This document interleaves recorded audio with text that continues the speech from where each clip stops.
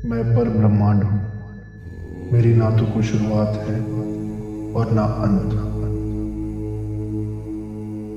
मैं वो हूँ जिसे ना सोचा जा सकता है और ना शब्दों में बयां किया जा सकता है। मेरा ना तो कोई रूप है और ना ही कोई रूपहीनता, और यही मेरा परम सत्य है। मेरा एक अलग ही अस्तित्व है। अंधकार और प्रकाश दोनों से परे हूं मैं। वो शक्तिशाली शक्ति हूं मैं, जिसे ना किसी ने देखा और ना ही कभी देख पाएगा।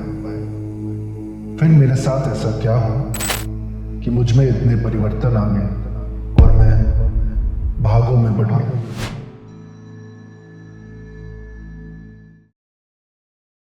सदियों से हम इंसान एक ही सवाल का जवाब ढूंढते आ रहे हैं कि ब्रह्मांड कैसे बना। किसी ने विज्ञान के तर्कों पे बात करी तो किसी ने वेदों में इसका जवाब ढूंढने की कोशिश करी, लेकिन हासिल क्या हुआ? आइए इसे समझने की कोशिश करते हैं। अब आप जरा उस समय के बारे में सोचिए जब कुछ नहीं था, सिर्फ खामोशी थी और चारों तरफ अनंत अंधकार था, जहां ना ब्रह्मांड था ना समय, केवल खामोशी में सिमटा हुआ एक सागर था। और फिर अचानक होता है एक धमाका, एक तूफान, जिसे साइंटिफिक भाषा में बोलते हैं बिग बैंग, और पुराणों की माने तो होता है ब्रह्मांड का निर्माण। ये कहानी दो धागों से बुनी जाएगी, एक विज्ञान के तथ्य और दूसरा पौराणिक कथाओं का रहस्य। हम ये देखेंगे कि सृष्टि का नगमा कैसे लिखा गया, क्या है आखिर इस ब्रह्मांड के निर्माण का सच, बिग बैंग थ्योरी या फिर ब्रह्मा थ्योरी। साइंटिस्ट की थ्योरी माने तो लगभग 13 अरब साल पहले एक अकल्पनीय छोटे बिंदु में अपार ऊर्जा समाहित थी, जिसे सिंगुलैरिटी कहते हैं, और फिर एक महाविस्फोट हुआ जिसकी गूंज इस ब्रह्मांड की पहली ताल बनी, और फिर इससे स्पेस, टाइम और एनर्जी का जन्म हुआ। पार्टिकल्स स्प्लिट हुए, एटम्स फॉर्म हुए, stars were born and galaxies started rotating. महाविस्फोट के शुरुआती समय में ब्रह्मांड बेहद गर्म और घना था, और फिर धीरे धीरे लाखों करोड़ों साल बाद जैसे जैसे ये ठंडा हुआ वैसे वैसे अलग अलग प्लैनेट्स बनते गए, जिसमें से एक हमारी पृथ्वी भी है, जिसे हम अर्थ भी कहते हैं। और इसी थ्योरी को साइंटिस्ट बिग बैंग थ्योरी कहते हैं। लेकिन आज भी no one has the answer of how that explosion happened. जैसे जैसे समय बीतता गया नई नई थ्योरीज सामने आई, जिसमें से एक थी earth revolves around the sun, nothing is still, everything is in motion. और ये प्रूव किया फेमस एस्ट्रोनॉमर कोपरनिकस ने। इतना ही नहीं, जहां ये समझा जाता था कि there is only one galaxy, in 1924 astronomer Edwin ने इसे गलत साबित करके ये प्रूव किया कि there are more galaxies and milky way is one of the galaxies in the universe. अब जरा ये जानते हैं कि वेदों और ग्रंथों में कैसे इस बात को हजारों वर्ष पहले लिखा गया था।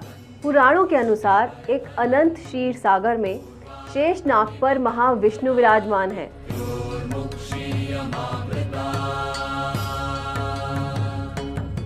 जिनके नाभि कमल से ब्रह्मा जी का जन्म होता है।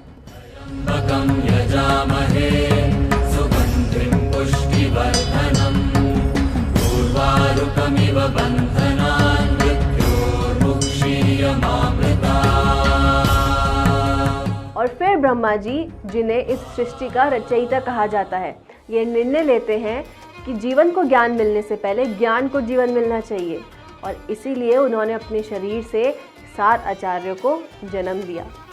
और विष्णु पुराण के मुताबिक आज भी ये सप्तऋषि हमारे नक्षत्र मंडल में 7 सितारों के रूप में हमारे जीवन का मार्गदर्शन करते हुए दिखाई देते हैं। वेदों की बात करें तो ऋग्वेद के 10वें मंडल का नासदीय सूक्त, जिसे हिम ऑफ क्रिएशन भी कहते हैं, ये दर्शाता है कि ना तो एग्जिस्टेंस था और ना ही नॉन एग्जिस्टेंस, ना दिन था और ना ही रात, ना ही वायु थी और ना ही आकाश, बस चारों तरफ अंधकार था। तो फिर ये सब कैसे हुआ? ये सब कहाँ से आया? इसका जवाब केवल सप्तऋषि ही जानते हैं। तैत्तिरीय उपनिषद में लिखा श्लोक ब्रह्मांड के क्रम को समझाता है। आकाश से वायु, वायु से अग्नि, अग्नि से जल, जल से पृथ्वी, पृथ्वी से जीवन, जीवन से मनुष्य का निर्माण हुआ और ये अनंत चक्र ऐसे ही चलता जाता है। इन सब से ये कहा जा सकता है कि सृष्टि की रचना एक चमत्कार है जिसे विज्ञान के रहस्य और पौराणिक ग्रंथों के माध्यम से समझने की कोशिश करी जा सकती है। कितना हकीकत और कितना फसाना, ये कहना तो मुमकिन नहीं है, लेकिन ये जरूर कहा जा सकता है कि वेदों से लेकर विज्ञान तक ब्रह्मांड की रचना को बहुत ही खूबसूरती और रहस्यमय ढंग से दिखाया गया है।